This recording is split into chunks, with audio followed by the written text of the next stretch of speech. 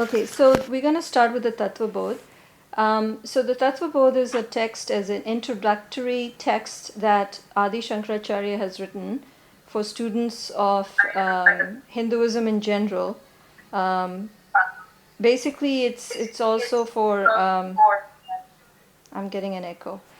It's also for people who are going to study Advait, because it's very important to understand the Vedic terminology and cosmology, because it's used everywhere. So the Chinmaya mission actually has like a syllabus. When you go into study, you can have a very structured approach, because it's so vast. It's very important that you do 101 before you go to 401, like you take class 101 before you take class 401. So this is kind of the 101 of Hindu cosmology. The text is not just this, but there's also covers the three different types of karma and some other topics. And the basics of sadhana chatushtaya, which I had spoken about, the vivek, vairagya, shat sampatti, and mumukshatva. This part of the text is represented here is the cosmology, sort of. So on top of the chart, you will see reality. Okay, now let me actually increase the. I'm just zooming in because it's a little small, the text.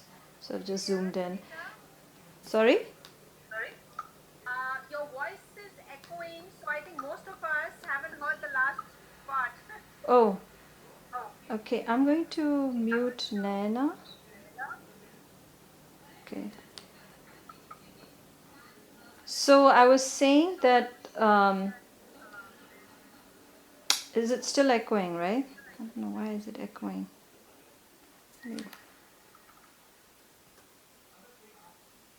Let me know if you can hear me. I'm not sure why it's echoing. Is anybody got me on speaker there?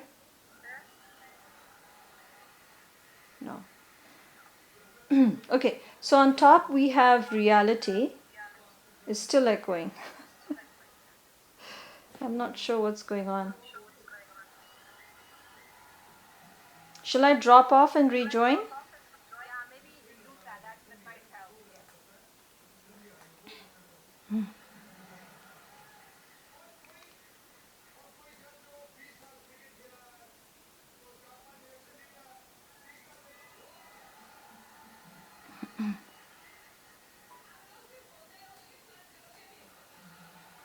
Okay, so can you hear me?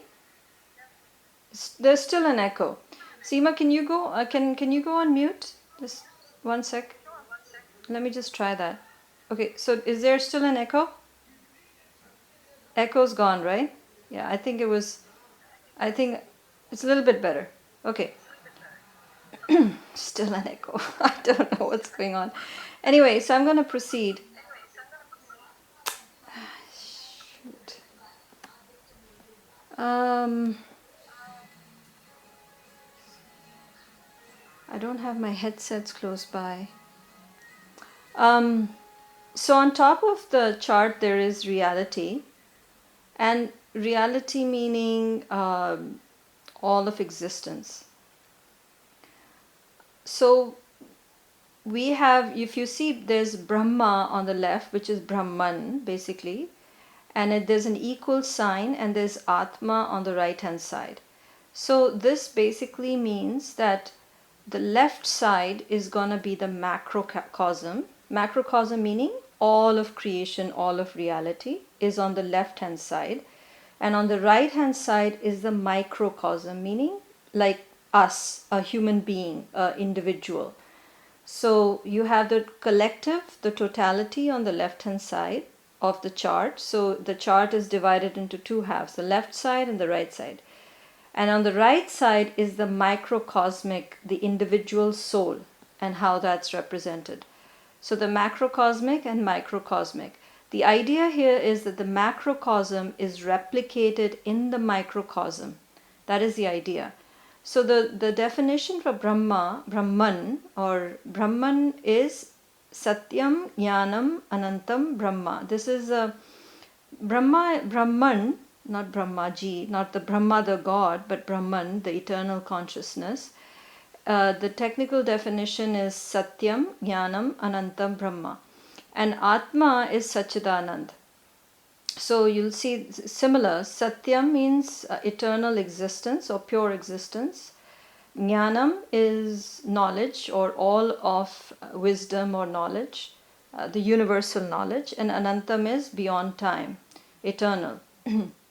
The Atma's description is Sat Chitananand, which is similar. Sat means the, you all must have heard of truth. Sat, the actual Vedantic definition of Sat or Satyam is not truth, because further, see Vedanta is very technical. It's like science.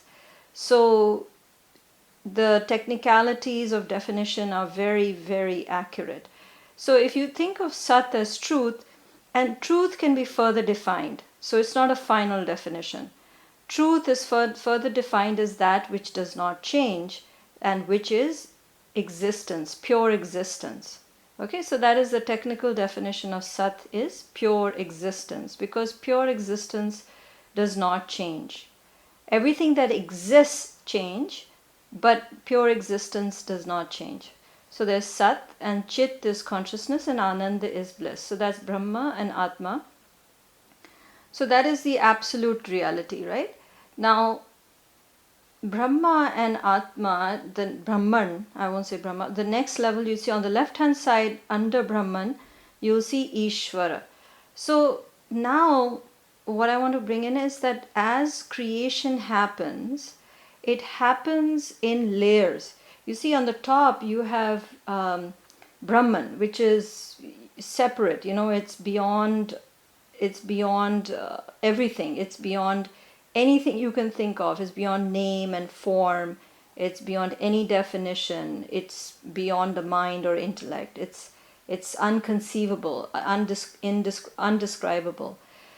Now from that sort of layer, you see there's a gap there. So on top of that is sort of superimposed the first layer of creation. Because see, when creation happened is not in the way it happened is not bang, it's not just Brahman and then you have the physical creation. It's not like that. It's like layer by layer, creation happens from the most abstract, the subtlest or the most abstract Brahman, to the subtlest, to the subtler and the subtle, and then the gross.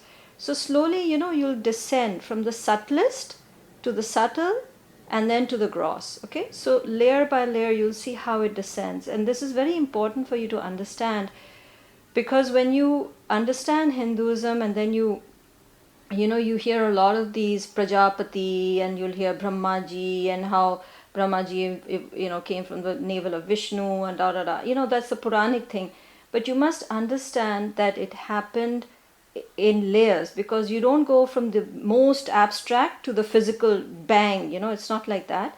But then layer by layer creation happened, and every layer there is a functional sort of name to it. Like this layer is Ishwar.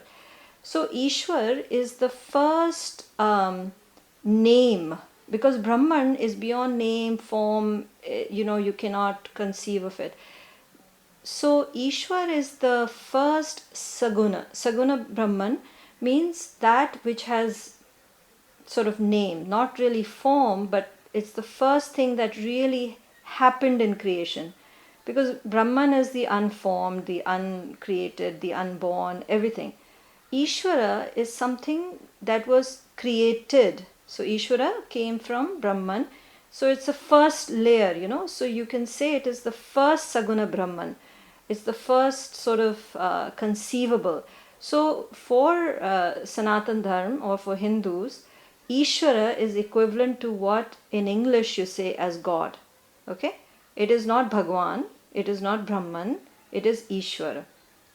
So that sort of relates to the Abrahamical religions of God or Allah and so forth. So that is what is Ishvara. It's the first saguna. Saguna means with gunas.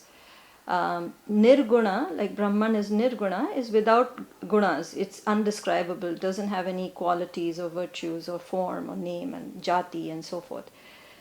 Now, you'll see there's a dotted line under. So on the right hand side is Jeev. Okay, so Ishvara is on the macrocosmic layer, and the right side is Jeev. Now here it's one Jeev, but sort of millions of souls, individual souls, have been created from Brahman, right? Have emerged from Brahman. So Jeev is not what should I say? It's not an entity. It's basically, it's sort of like a veil of ignorance. You can think of it that way. So it's a sense of separation from the whole. You see, Ishwar doesn't have any sense of separation from the whole. It is all of totality. But because these souls were wrapped in, so what happened was there was a layer of Maya that was created by Brahman. It was a play of creation where the veil of Maya was, that happened. So that is Maya or avidya. And because of that, the souls, the individual souls, which are called Jeev, thought of them separate from the whole. Okay? So Jeev is not, we always say individual soul, individual soul. So you can think of it like that. But in the deeper understanding, it's an illusion. It's not a real thing. It's simply like a dream. It's like a mirage. It does not exist. It's simply a veil of an illusion. Okay, so this is Jeev. So you have Ishvara and you have Jeev. Now you see that dotted line underneath, that is Mithya, as though reality, but it's not. It's like a dream, right? Mithya. On the left hand side, you will see Maya, which is of the nature of Sattva, Tamas, and Rajas and Tamas. Now, when I said Maya, right? So Maya is also an energy or a power that Brahman has in itself, that consciousness has, that it uses to sort of create this apparent reality which doesn't really exist, which is mithya. So through the power of Maya is how the next layers will happen. Okay, so Maya is on the macrocosmic layer, on the creation layer is Maya, which is all of totality. On the right side, the equivalent of Maya or the individual veil is called avidya, means ignorance. Ignorance meaning the sense of separation from the whole. And what happens is you feel yourself separate. You do not really know yourself as Atma, which is above avidya, but with the lower. So you see, avidya is sort of like you're standing at the mantle of your house. So you're sort of in the middle. On one side, you have the lower forms, the current, the causal body, subtle body under it, and on the other side is Atma, right? Your consciousness. So this Jeev basically is nothing but the veil or the ledge. On one side you have your lower bodies, your lower existence, and on the other side, beyond the veil, is your Atma. So Jeev you can think of as the veil or sort of the encapsulation of this individual soul, this sort of illusionary thing that doesn't really exist, or like a pot. It's a pot with a container of ocean water, and all these pots are floating in the ocean of consciousness, and the pot has water in it, but this pot, this clay pot, is an imaginary thing. It's not real. So you understand how you have Atma. Atma is the eternal. It is the same as Brahman. It is the eternal consciousness. It's the same as Brahman. And when it sort of creates this Maya or avidya, it thinks of it separate from the whole. Okay? So that is avidya. Now, so you have Maya on the left hand side. So Maya is all of creation as you see it. Now, I kept telling you that all of creation is basically a combination of three gunas, which is sattva, rajas, and tamas. So you can think of, like, when you have clay and you build different objects from that clay, right? The clay, you can think of, has different combinations of sattva, rajas, tamas. All of creation you can think of as a big ball of clay from which everything is created. Now this, when you create it, then you'll have different combinations of sattva, rajas, and tamas. So you must understand that all of Maya, all of creation, is nothing but the play of these three gunas. Some has more sattva, some has more rajas, some has more tamas, some has equal amounts of all three or whatever. But basically, it is the combination and permutation of these three gunas, and there is nothing else apart from it. It is what creation is. So that is very important for you to understand. So that is Maya. Now, avidya, like I said, is basically your ignorance, where you identify with your lower body, lower identity versus your eternal identity. Now, below Maya, on the left hand side, you will see Karan, or the causal universe, okay, which is the Panchamahabhuts. It is the five unmanifest elements. The five elements being space, air, fire, water, and earth. Okay, so it's the undifferentiated, because this is the causal. It's nothing has happened yet. It is the cause of what will happen. So it is that in potentiality. It is a potentiality only. It's a subtle layer. You cannot touch it, feel it, see it, or anything. But this is sort of your, how you have intention. That intention is there before the thought. So it's a very subtle layer, right? So that, like that, you have the Karan Prapanch, which says the causal universe. So that is the macrocosmic level, is the unmanifest five elements. Now on the right hand side, you have the causal body, which is our causal body. And here it is the unmanifest gross and subtle matter, undifferentiated state of the individual. Now in this, you can think of it a lot of times in the Western terminology, it's called the subconscious mind. But this is, in Vedic terms, it is the aspect of the individual soul or jiva that keeps the karma and the vasanas. This is the one that sort of keeps your account from birth into successive births. So this stays with the jiva, with the individual soul, across all births, the causal body. So on the right hand side, you'll see some other associations. This is the Anandamaya kosha. In the five koshas, it is associated with the feeling of bliss. When you meditate, you go from beta state to alpha state to theta state. So when you go deeper and deeper, you go from your conscious mind into your subconscious mind, into that layer where you'll feel very blissful. So it's called the Anandamaya kosha. And in relations to the levels of experience or the state of consciousness, there are four states of consciousness. Here it's called deep sleep or shushupta. So basically that is the prajna.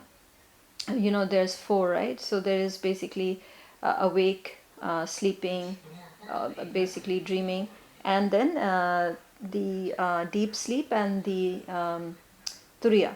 Right, so this is the third one, which is the deep sleep. So that's the level of experience or the level of consciousness. I don't want to get too much into that. There's so many associations, it's unbelievable. But you must understand it on a high level first. So the first layer which is there is the Karan Sharir for the individual jiv, and the Karan Prapanch, which is the unmanifest elements. Okay. Now this is the next layer is sort of created, right? From Brahman comes Ishvara and the individual souls, which is the jiv.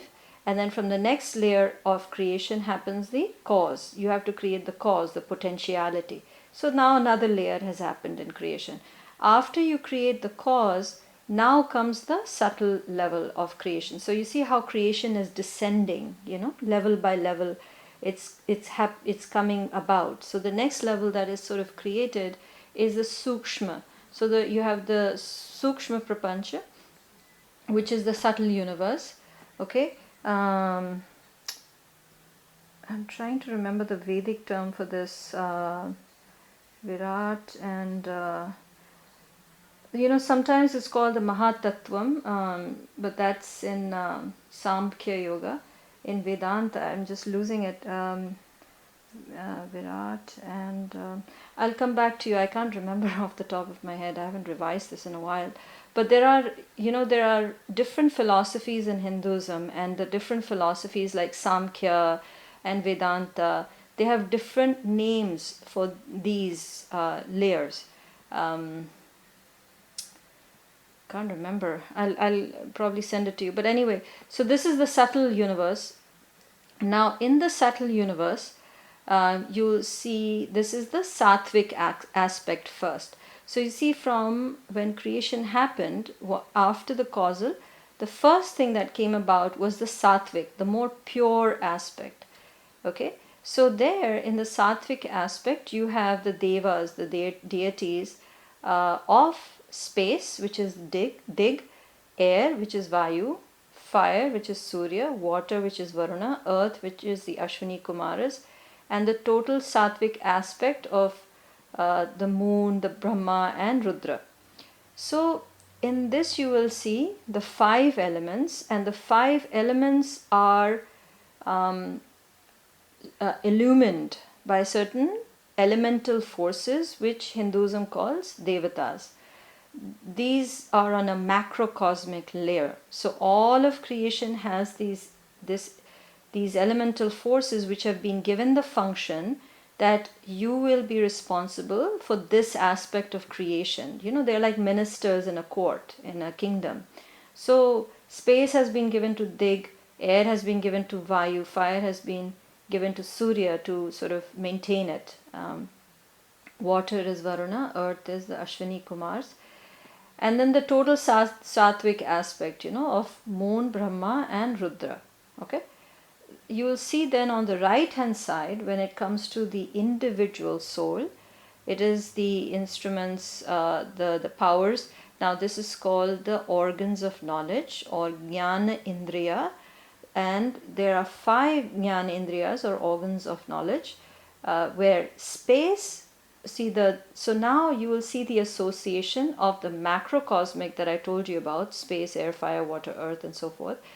Now the macrocosmic layer, the macrocosmic or the totality, now when the individual souls are created, they are created from that same clay, from that same substance. So the macrocosmic is exactly replicated into the microcosmic, into the individual soul. So we are like mini universes. We are exact replicas of the totality. So space is replicated in us as hearing. It's a sense of hearing, because hearing is related to space. Air is related to touch, to the sense of touch. Now, these are senses of perception in your mind, okay? Not your physical organs yet. But this is how you hear. It's a sense of perception of hearing, is how you hear. Air is related to touch. Fire is related to sight. Water is related to taste. Earth is related to smell.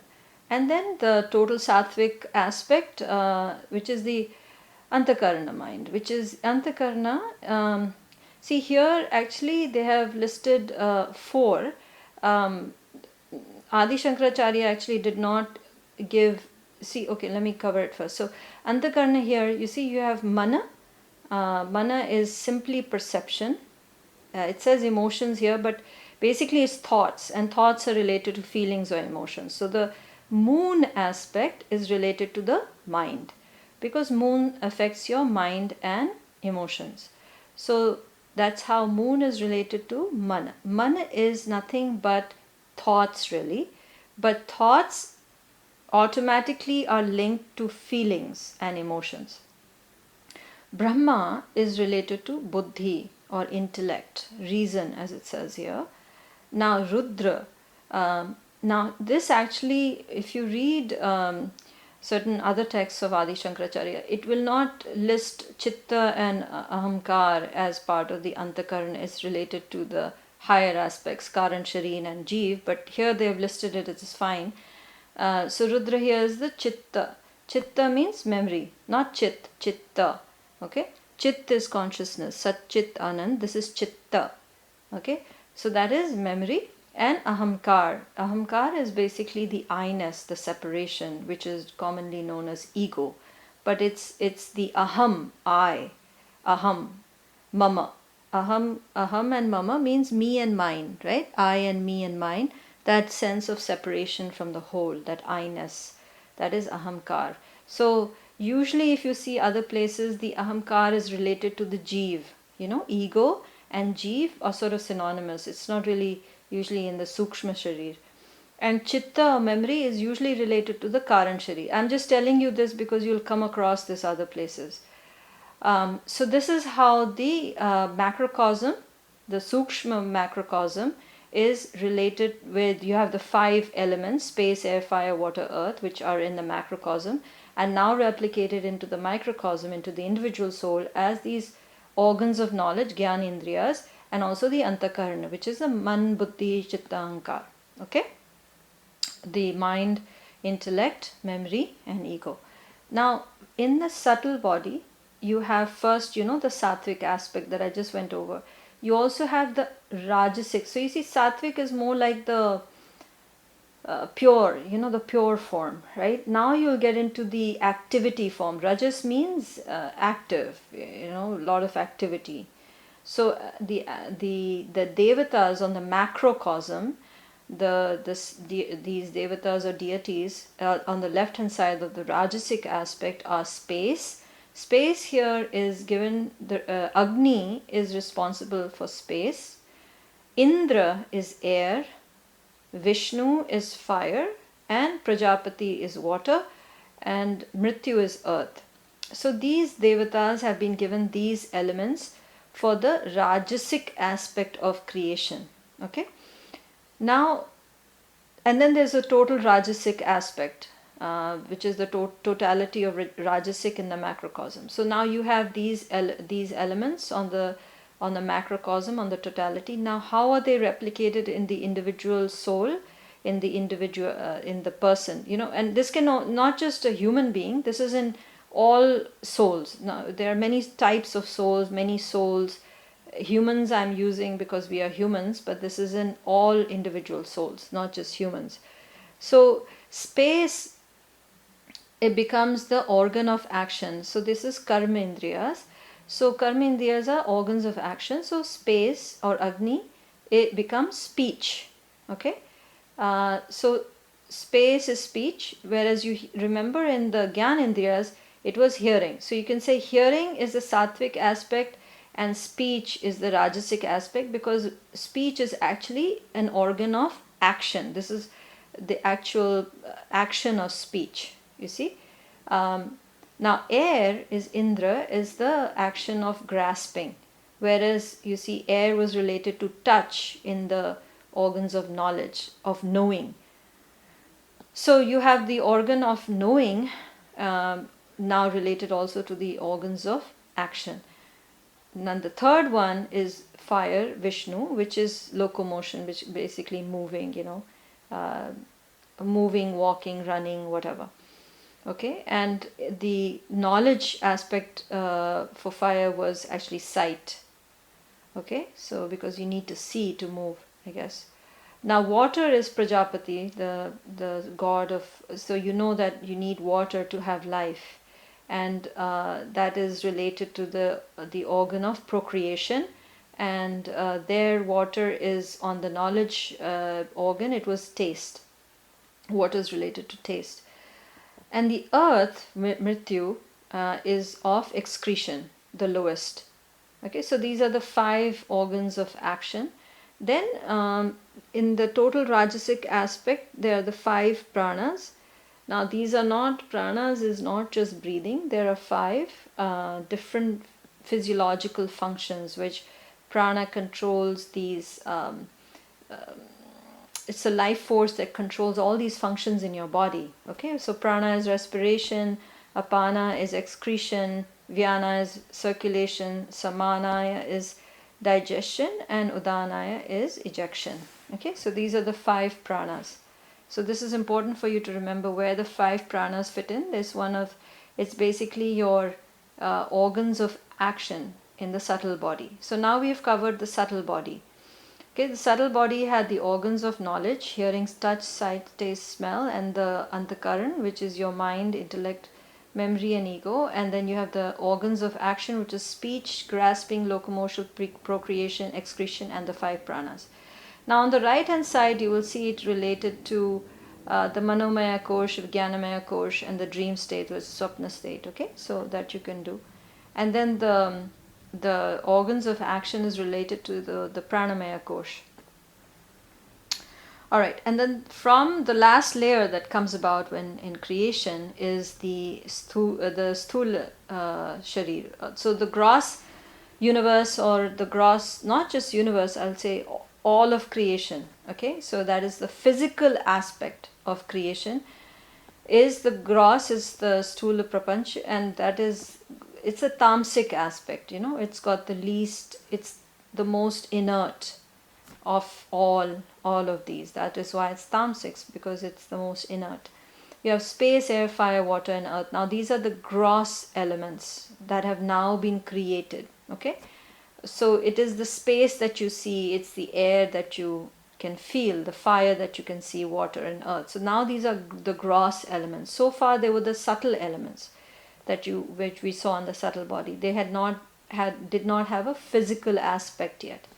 And even in the 5 elements, the first element that really has a shape is fire, because space doesn't have shape, air doesn't have shape, but the first element that truly has shape is fire. So you have those 3. Now in the gross body and the individual soul, the gross body, the space is related to ears, air is related to skin, fire is related to eyes, water is related to tongue, earth is related to nose. So you have these 5 elements related to these 5 physical organs. So you will see these 5 elements everywhere, and how they related to your senses, how it's related to the elements. So now here you can relate. Now if you've taken Ashtavakra Gita, he actually covers these in, he covers this whole thing very quickly when he's talking to King Janak, how he relates these 5 elements to the 5 senses, to the 5 organs, and so forth. So now the Sthul Sharir is, or the gross body, is related to the Annamaya Kosh, which is your, basically the body is created from food, from Anna, and to the waking state. Okay, so this is the chart. So now at least you will understand this, these terms much better. Okay, so let's see, we've already covered 40 minutes. You can read through this. If you have any questions or anything, you can let me know. You can read the rest of this text. It's very nice. I mean, it goes into a lot more detail in the book itself. Now, there's another thing which is covered in the Tattva Bodh. I'll just quickly talk about it. It's also mentioned in chapter 4 that we have to finish. Basically, it talks about the 3 types of karma. Your karmic accounts. So when you do karma, and if you do not do karma according to dharma, and you have sort of a residue, and chapter 4 has talked about it. When you act from the egocentric state, you don't act from from the soul level. So what happens is, when you don't act according to dharma, you have some residue of those actions, right? So there are 3 types of karmic accounts. One is the prarabdha, which you must have heard of. Prarabdha is that karma that you may have done in the past, that is now that those seeds have now sprouted, in this life, and they will have to be exhausted. There's nothing you can do about it. Prarabdha is the seeds that you lay in the past. Those seeds have sprouted now in this life, and that you have to exhaust to their end. Okay, there's no way that you can get rid of it. Samchit karm is the so prarabdha, and the samchit karm is the karm that that you have done in the past, but they have it has not borne fruit yet. Okay, and agami is the one that you are doing now. Agami or kriyaman karm. So agami is the karm that you are doing now that will lay fruit in the future. Okay, so there are three: the prarabdha, samchit, and agami. Agami or kriyaman karm, same thing. Okay, so there are three. So this is covered in also in the Tattva Bodh. It's pretty easy to understand these three types. So if you think of in terms of seeds, it's the seeds that you lay in the past that have sprouted now, seeds in the past that have not sprouted now, and the seeds that you're laying now that will sprout in the future. Okay, so those are the three types of karma. Does anybody have any questions?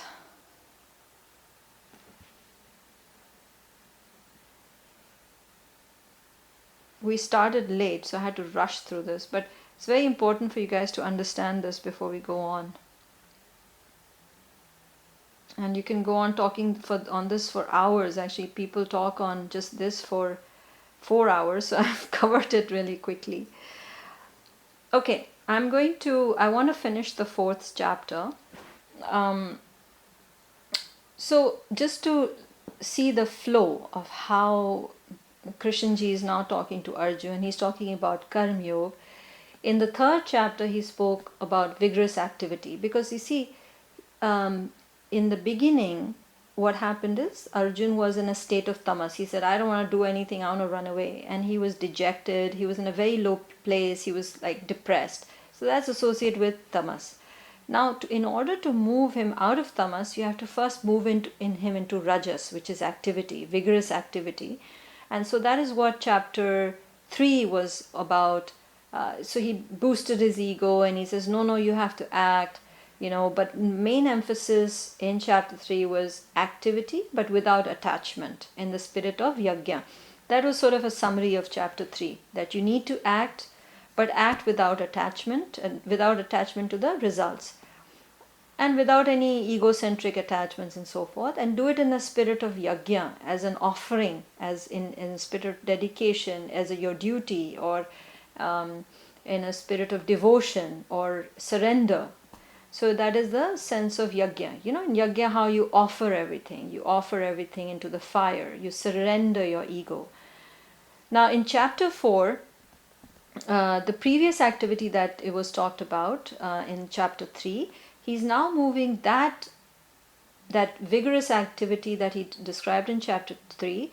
Now that should be transcended through the process of non-egocentric divine activities in the spirit of service to others, and this he is calling yajna.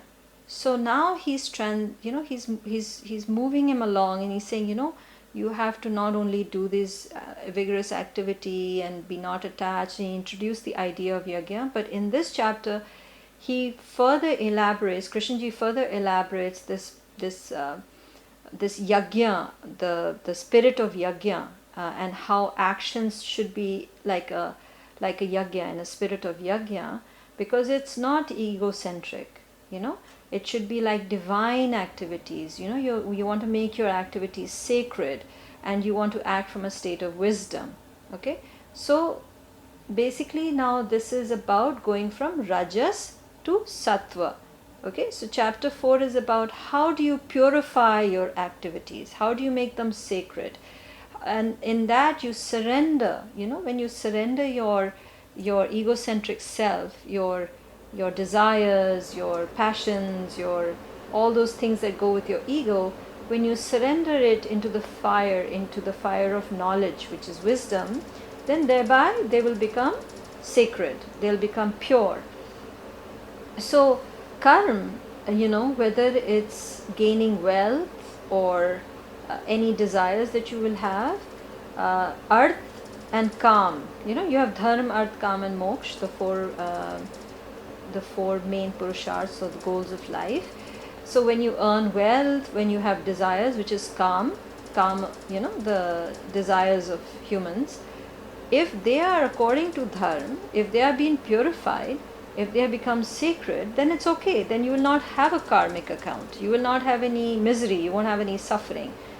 It'll be okay because you are doing it from a sense of sacredness, of purity, of surrender. So it's not really coming from your egocentric self. So that is what he is describing here in the chapter 4. Okay, so it's about how you surrender actions into knowledge. Okay, and the knowledge aspect is given a lot of emphasis here. Now we had gone up to I think verse number 23, and the other verses, that almost till towards the end of this chapter, there's about 12 yajnas that are described here. Now these yajnas are nothing but mental attitudes. So Sri Krishna has redefined the yajna of the Vedas into a more practical sense of yajna for Arjun, because he is a Kshatriya. So he's saying, you see, yajna doesn't just mean surrendering into a fire, material things and surrendering into the fire. He's actually redefined yajna here, saying it's about, it's a surrendering of your ego self into the fire of knowledge. Yeah, and how you surrender in different layers or levels. So these 12 yajnas that you will read about, it goes from the highest form of yajna, which is, think of everything as Brahma. So if you can develop this mental attitude, it's great. So he goes through these 12 yajnas in descending order. So he's basically starting with the highest, most pure, non-dual mental attitude. So he's saying, okay, if you have this, then nothing else is required because you've achieved the highest. So the highest attitude that you can have in life is when you've achieved a sense of non-duality. Okay, that there's no two, that you say everything is Brahma. Okay, the food that I am eating is Brahma, the process of eating it is Brahma, the person who's eating it is Brahma, the fires that digest the food is Brahma, everything is Brahma. Okay, so that is the first mental attitude. When you see everything in Brahma, no matter what you do in life, everything is Brahma. So the person you're talking to is also Brahma. I am also talking, the what we are talking about is also Brahma. The objects that we are using, they are also Brahma. I am also Brahma. Everything is Brahman. But basically, he says it in a yajna fashion. The wordings that he uses are of that of a yajna. The material that you use for the yajna, the fire of the yajna, all these things, the person who's offering, the process of offering, those 4 aspects of yajna it's not important for you to understand and relate to in your practical life, is to understand when you see everything as Brahman, there's no separation, it's all one. You don't see separate objects and you don't see separate people, you don't see any separateness. You see this whole manifestation of consciousness as different names and forms. Simply, like clay. Clay has different names and forms. It has different shapes. You call it by a different name. You shape it like a cup, you call it a cup. You shape one like a vase and you call it a vase. But it's really clay. It's all clay. There's no difference. Just like gold. You take gold, you make bangles, you call it bangles. You make a necklace, you call it a necklace. But really, it's all gold. So a person who can see it from that perception, that everything is Brahman, it's basically all atoms, So if you look at all the objects around you, finally it all breaks down to atoms, right? And everything is atoms. Everything is atoms in different molecules which come together in different combinations, and they form different things. Some becomes paper, some becomes metal, but fundamentally it's all atoms, right? So from that vision, if you see everything, you will not see any differentiation. All names and forms will be coming from that same underlying principle, which is Brahman. So that is the highest mental attitude that you can have. Okay, so if you cannot see it from that perspective yet, he comes down to the next level of that people can, if people cannot see that, then he descends to the next one, which is the objects in the world, you can make them as an offering into the fire of the senses of perception, which is devas.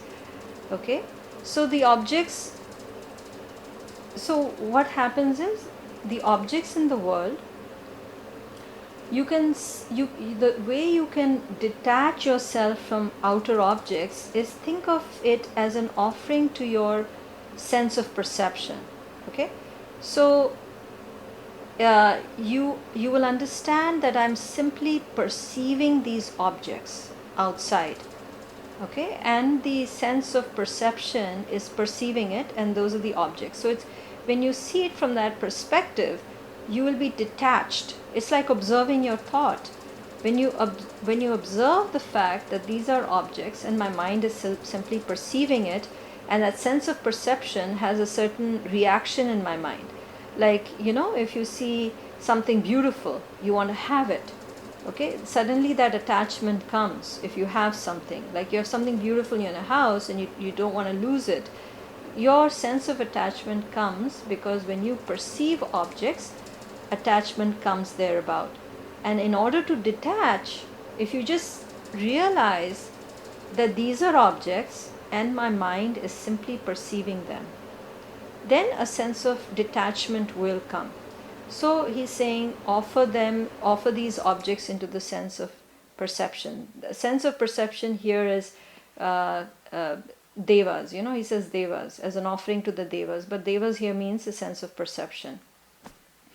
So basically, objects are inert in themselves. It's our attitude towards them that gives us joy and sorrow and attachment. Okay, so from attachment comes joy and sorrow. So so now these organs of perception can only function from a deeper life force, which is the Atma. See, the sense of perception cannot function on its own without any life force. It is functioning in the body because of the contact with Atma, your Atma. Okay? So then he says, therefore with sacrifice, and you surrender the ego and the individual self, you surrender your lower bodies of the sense of perception and all of these subtle body into the fire of Brahman. So now you have the objects on the outside, they are perceived by your sense of perception. Simply offer the sense of perception that you have into the fire of Brahman or Atma. Okay? And then with surrender, sacrifice these sense organs into the fire of knowledge or Brahman. And when you do that, when you surrender your ego, see, when you have to surrender your ego to the Atman. Okay? That time the ego discovers that it's nothing other than pure consciousness, and that is yajna. Okay, the yajna is a process of sacrificing or surrendering your ego into the fire, through the fire of knowledge, and only through the fire of knowledge will you discover that you're nothing other than pure consciousness. Okay, so then when you do that, then when you function like that, the sense organs and perception and action will not come from the ego, and you will not do things for selfish purposes, but from a sense of service to others, because consciousness doesn't have any selfish desires. Its consciousness and the Atma has simply come here to serve others. Okay, so that is the second mental attitude grouping that he talks about. If you cannot think of everything as Brahman, go about and sacrifice the ego through the fire of knowledge into Brahman. The third that he mentions is sense control and mind control. That's the two yajnas he talks about next. It's basically just that. And the fourth one is the fourth layer, or the next rung, is another two yajnas. One is the path of discrimination, which is where you know, this is my ego, this is myself, developing that vivek. Okay, and to live from the self, not from ego. Okay, so how do you do that? You restrain your lower self using your higher self. So from a sense of wisdom, from a sense of witness, from a sense of knowing that you're something greater, whether it's through meditation or awareness, you control your lower self, your ego self, through the mind and intellect and wisdom, to restrain your lower self using the higher self. So this is called the yoga of self-restraint. So this is the fourth category of yajna, the path of discrimination. This is ego, this is self. Okay. The fifth rung, or the fifth category, is the sacrifice of wealth, austerity, yoga, study of the scriptures, and knowledge. So when we talk about yajna, the physical yajna, we are offering these havan, into the fire, we offer all these material. Here you can think of you offering your abilities, not just wealth or food, okay, to others. So, whenever we talk about service and volunteering and donating and all, most people think of, okay, look, let's go serve the hungry people. Let's provide food to them. Okay, let's just donate money. Yes, that is one form of donation and one form of service. But truly, you have come here to share your gift with others. Okay, so if you're a good accountant, go, serve, do some service work. Yes, you earn also, but maybe 5%, 10% of the time, or 5 or 10% of your salary, you sacrifice that and you use it to serve other people who are needy, who cannot afford your services. If you're a doctor, perform, see some poor patients for free. Whatever skill or knowledge you have, whether you're a yoga teacher or whatever it is, whatever you're good at, maybe there are some senior citizens who need help preparing taxes or so forth. Whatever abilities you have, you use that to serve others. It's not just food or money. Okay, so that is what is meant by sacrifice of wealth, of austerity. Austerity meaning it's good to purify your body. Like tomorrow's Shivratri. So it's just keeping the vrat. So that is also called sacrifice. It's a yajna. It's a yajna that you do to purify yourself. And yoga is mentioned here, and then it's the study of scriptures. Okay, that is, learning the scriptures is also termed as a yajna, and jnana yajna. Okay, that is the highest. Jnana yajna is basically removal of ignorance. Okay, so when you, this jnana yajna is like, basically you take your ignorance and offer it into the fire of knowledge. That is jnana yajna. That's Are you like, there? Yeah, I can hear you. Yeah. Okay. I left a message. I think she didn't realize. Let's give it a minute. And anyway, say stop, but let's give a minute. Just a message for her. oh, did you guys not hear me? Vinita? Yeah, Vinita?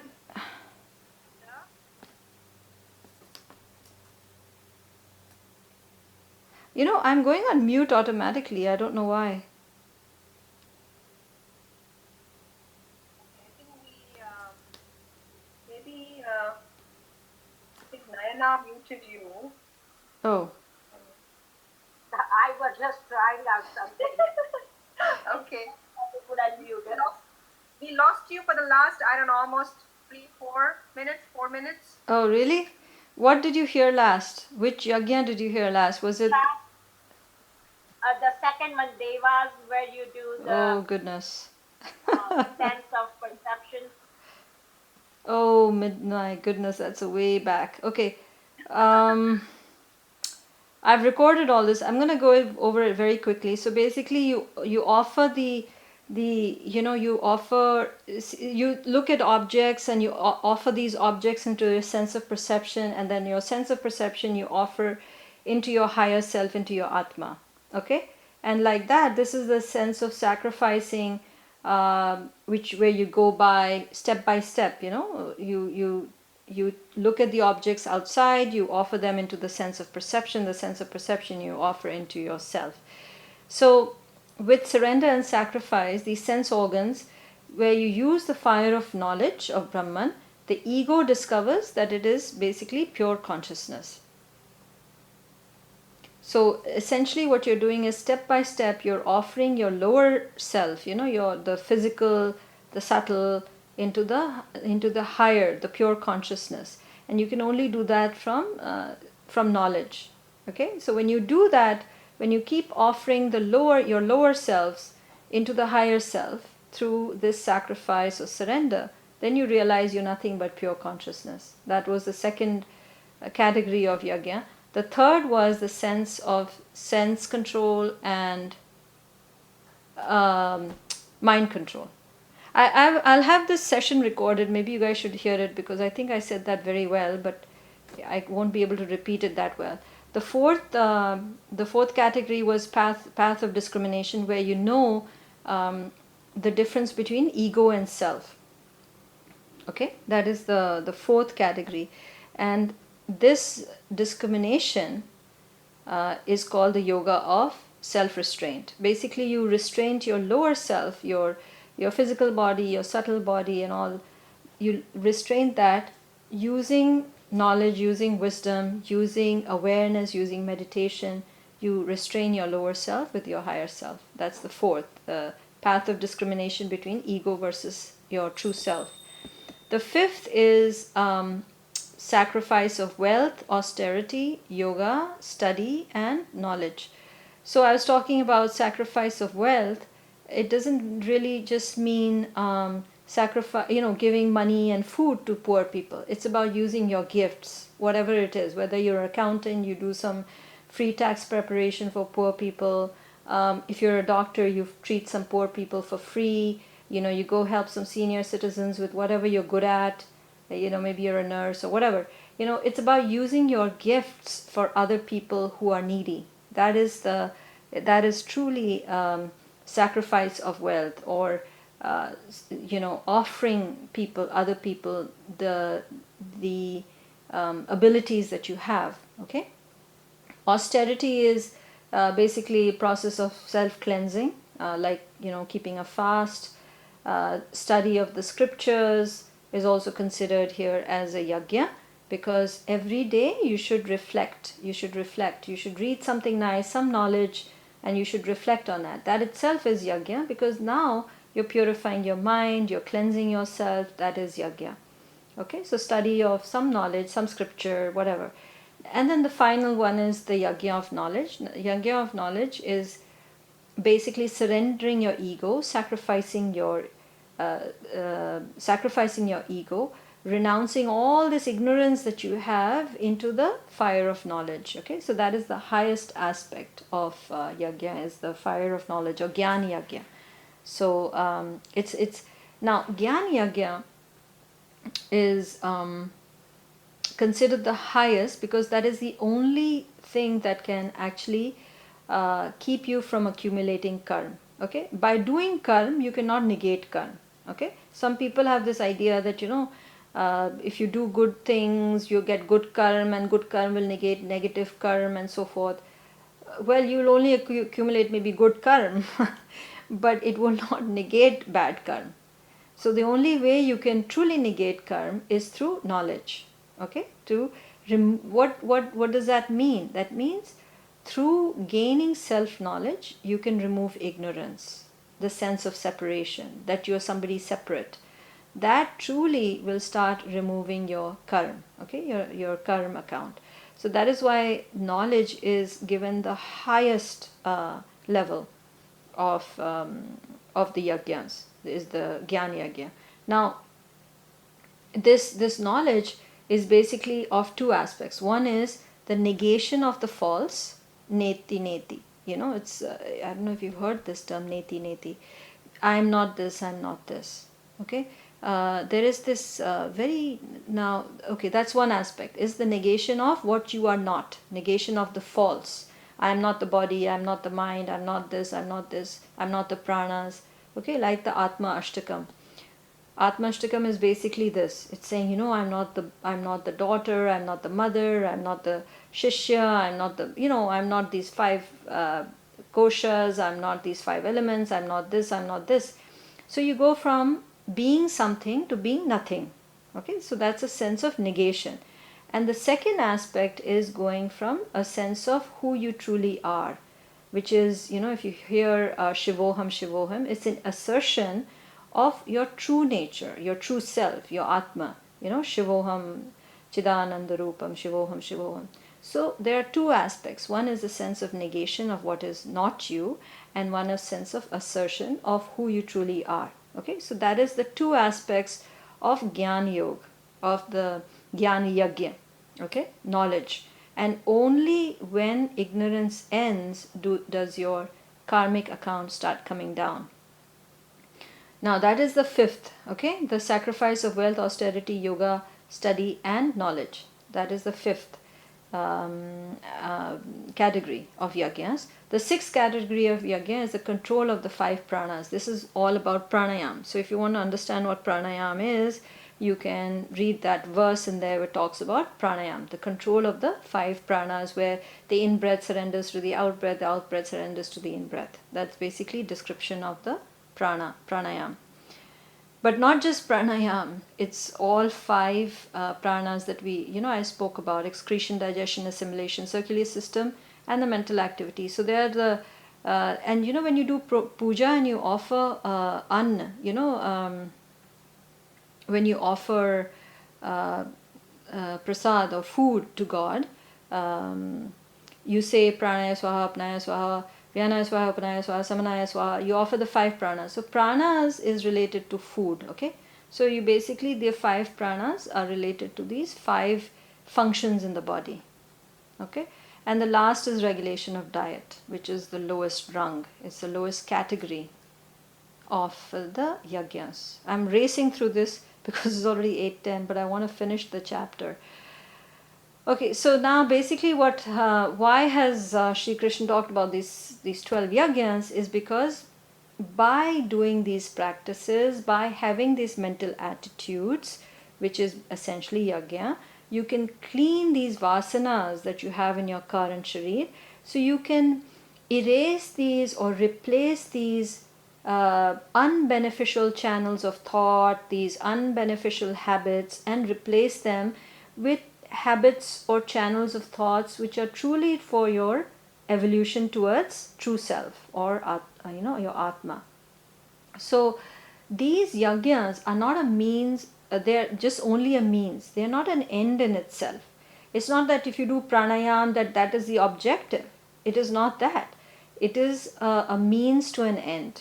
Okay, it is not an end in itself. So all these yajnas are not that you just sit there and do this and that is it. Study the scriptures and that is it. No, the point of it is to reduce the vasanas, is to reduce the ignorance.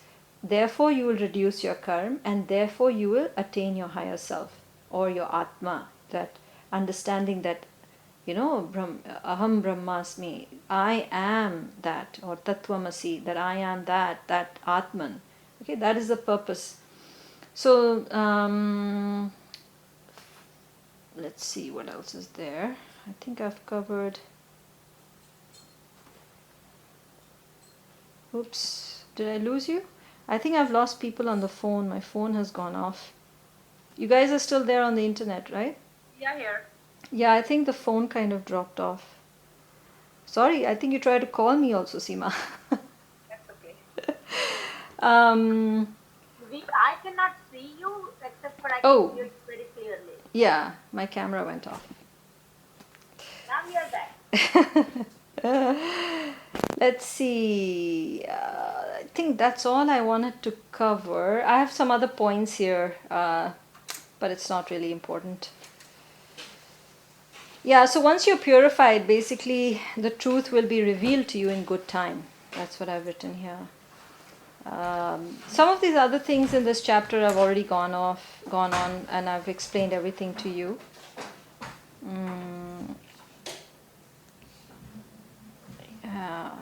The last two verses are pretty self-explanatory. This was not such a difficult chapter because it had only some implied meaning. Chapters which have a lot of implied meaning, which will come later, are much more difficult actually. So that's it. If you guys have time, you can ask me questions. You mentioned about well, mental attitude or yajnas. Mm-hmm. I was about to get only up to 7. First you said Brahman, then you said Devas, then the self-control by the path of sense control, then mind control. sacrifice of. Yeah, I mentioned the 7 categories. So Oh, there are 12 yajnas, but there are, so some verses in here, some verses have 2 yajnas, some verses have only 1 yajna. But I oh, wanted you to understand in the different categories. So the highest attitude is to know everything is Brahman. The second is of basically going from your lower, from the physical to the subtle to the higher self, which is the Atman, which is sacrificing the objects into the sense of perception, offering that subtle into the higher using wisdom. That's the second category. The third category is sense control and mind control. The fourth category is the path of discrimination, of knowing what is ego, what is self. The fifth category is the sacrifice of wealth, austerity, yoga, study of scriptures, and knowledge. The sixth category is pranayams, the prana, the control of prana, not just pranayam, but control of the 5 pranas. And seventh category is regulation of diet. So this is the sort of, he says, these are the 7 categories of yajnas that you can do. yeah, got it. But there are 12. He's listed 12, but I'm trying to. You can obviously read the verses. I'm trying to give you the implied meaning. The higher meaning of. So you understand that if you attain the highest, when everybody is Brahman, you don't need any of these other yajnas. You've already attained non-duality. So, I mean the seventh. So explain, it makes a lot of sense. I have read this several times on this the shloka and the translation, but Uh-huh. sometimes it doesn't go in the brain. What are they trying to say? But kind of when you spell it out, it makes more sense. So thank you. Yeah. It's if you just look at the literal meaning, it may not make any sense at all. But see, the thing is, what very few will tell you, it's like a ladder. The highest one, which is the first one, the Brahmarpanam, Brahmani, that everything is Brahman. The lowest one where you see is regulation of diet. So, he's saying if you can't have that attitude, have this attitude. If you can't have this attitude, have another attitude. I mean, everybody can sort of start with regulation of diet, And then from regulation of diet comes pranayam, the control of the 5 pranas. Then comes the sacrifice of wealth. Okay, so the next one is, now if you go from bottom to top, this is how it'll go, right? So the bottom is regulation of diet, then is the control of pranas. You see how he's going from physical level?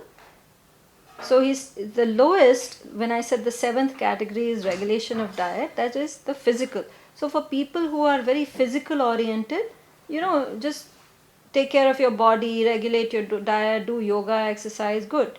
People who have a little bit more sensitivity, who they can learn pranayams and all, right? That's regulation of pranas, of how to regulate your subtle body, your mind, and all that. Now, some people on the little bit higher is sacrifice of wealth, meaning giving your gifts to society, in addition to food and money, having the austerity, the austerity in everything you do. I mean, of course, here austerity also means diet also and all of these other things, but austerity in general. Yoga here also means being not attached to the results, doing selfless service, so to say, the study of scriptures and knowledge. Now this is a little bit higher, right? Then you see it's going a little bit higher and higher. The path of discrimination, where you can use your intellect and know this is ego, this is self. Now after you do that, then you can control your senses and control the mind. You see how you're going from the gross body to the subtle body and higher. So this is basically, if you go from bottom to top, you're going from the sthul sharir to sukshma sharir, and then to intellect and so forth. And Brahman is when you actually achieve non-duality. So a lot of these things, when you look at it differently, it makes very big difference in your understanding of Gita.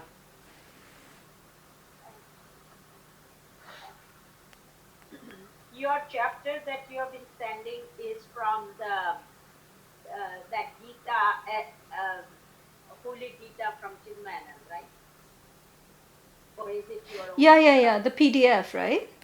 Yeah. Yes, yes, that's Swami I Chinmaya. have ordered it. I haven't received it. They must be out of the copy or something. Yeah, yeah. So actually, Seema had shared the online link. When we send the PDF, it's simply I've saved those online. The whole Gita is available online. Um, Really?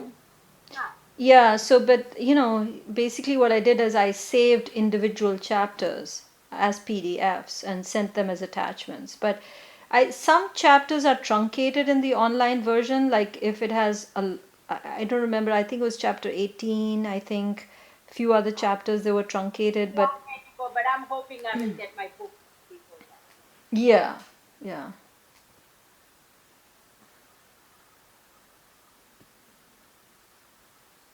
Anything else?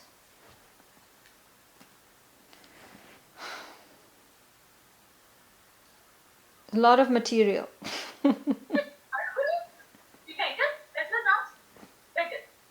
All right. If no questions, then you're free to call me, email me, and we can discuss.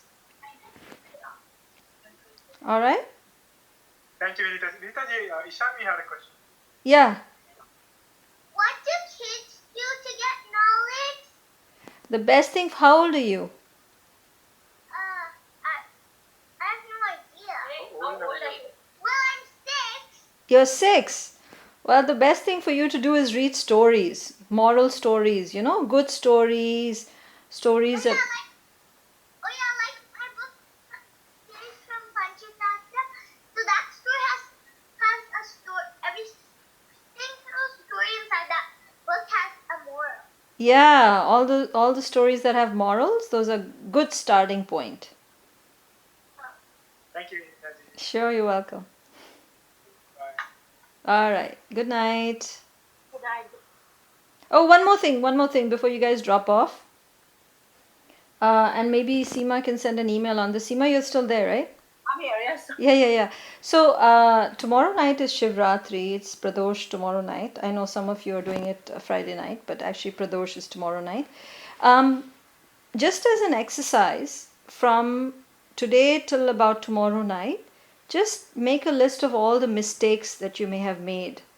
Okay? Without getting affected by it, but just simply list all the mistakes. And then I'll tell you why next time. Okay? But don't get affected by it. No guilt or blame or shame or anything, huh? Just a list of all the mistakes. Between tonight and tomorrow. Yeah, before Shivratri. Okay? Sounds good. All right. Good Thanks night. so much. Good night. Good night. Bye.